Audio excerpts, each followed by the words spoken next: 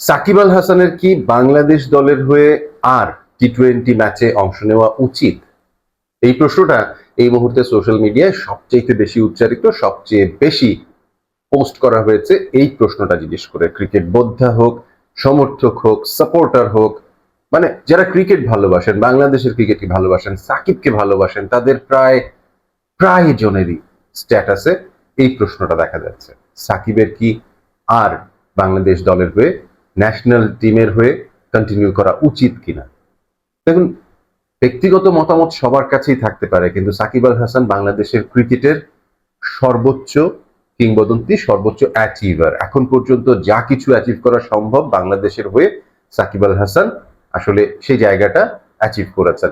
বিশ্ব ক্রিকেটে সাকিব আল হাসান 3 ফরম্যাটেই সেরা অলরাউন্ডার, এবং শুধুমাত্র সেরা অলরাউন্ডার নন, তিনি অলরাউন্ডারদের ভেতরেও, অলরাউন্ডারদের কাতারেও নিজেকে সেরা প্রমাণ করেছেন। এ যাবৎকালে যতজন অলরাউন্ডার আসলে ক্রিকেট বিশ্ব দেখেছে।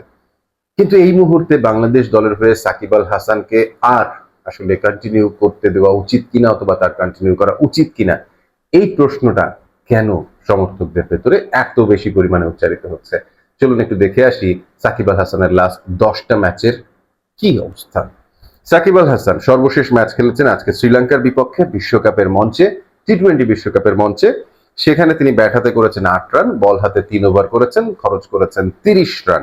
এর আগে বাংলাদেশ ইন্ডিয়ার সাথে ম্যাচ খেলেছে, যেটা ছিল বিশ্বকাপের ওয়ার্ম আপ ম্যাচ। সেই ম্যাচে 28 রান করেছিলেন সাকিব, এবং বল হাতে 47 রান খরচ করেছেন। তিনি সেদিনও খরুচে ছিলেন।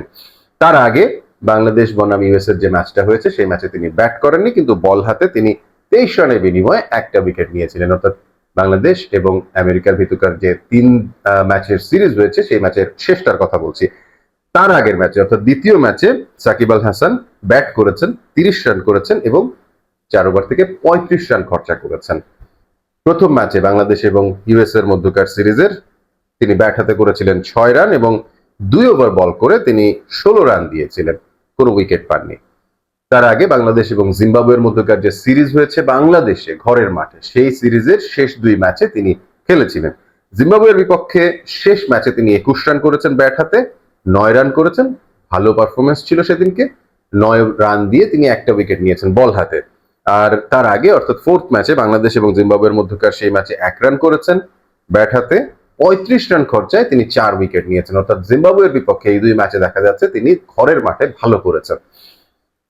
এর আগে ডেফিনেটলি ঘরোয়া লিগ ছিল, শেখ জামাল এবং প্রাইম ব্যাংকের হয়ে তিনি ব্যাট করেননি, 42 রানে 2 উইকেট নিয়েছেন। গাজী গ্রুপ শেখ জামালের ম্যাচে 107 রান, অর্থাৎ সেঞ্চুরি করেছেন, বহুদিন পর একটা সেঞ্চুরি করেছেন ঘরোয়া লিগে। এবং তার আগের ম্যাচে শেখ জামালের হয়ে তিনি 49 রানের একটা ইনিংস খেলেছেন, 34 রানের বিনিময়ে 1 উইকেট নিয়েছেন। কিন্তু দেশের বাইরে আর দেশের মাঠে, এই 2 জায়গায় সাকিব আল হাসানের যে পারফরমেন্স, গত 1, 2, 3, প্রবাবলি 2 বছরের কথা বলাটা ভালো হবে, গত 2 বছরে সাকিব আল হাসানের যে পারফরমেন্স, তাতে আসলে বাংলাদেশ দলে সাকিবের এই মুহূর্তে থাকাটা যতটা না অ্যাজ এ পারফর্মার, তার থেকে আসলে অনেক বেশি বড় ভাই সুলভ একটা জায়গা থেকে, সিনিয়র একজন ক্রিকেটারের জায়গা থেকে, পথ প্রদর্শক একজন ক্রিকেটারের জায়গা থেকে, কিংবদন্তি একজন ক্রিকেটারের জায়গা থেকে হয়ে যাচ্ছে।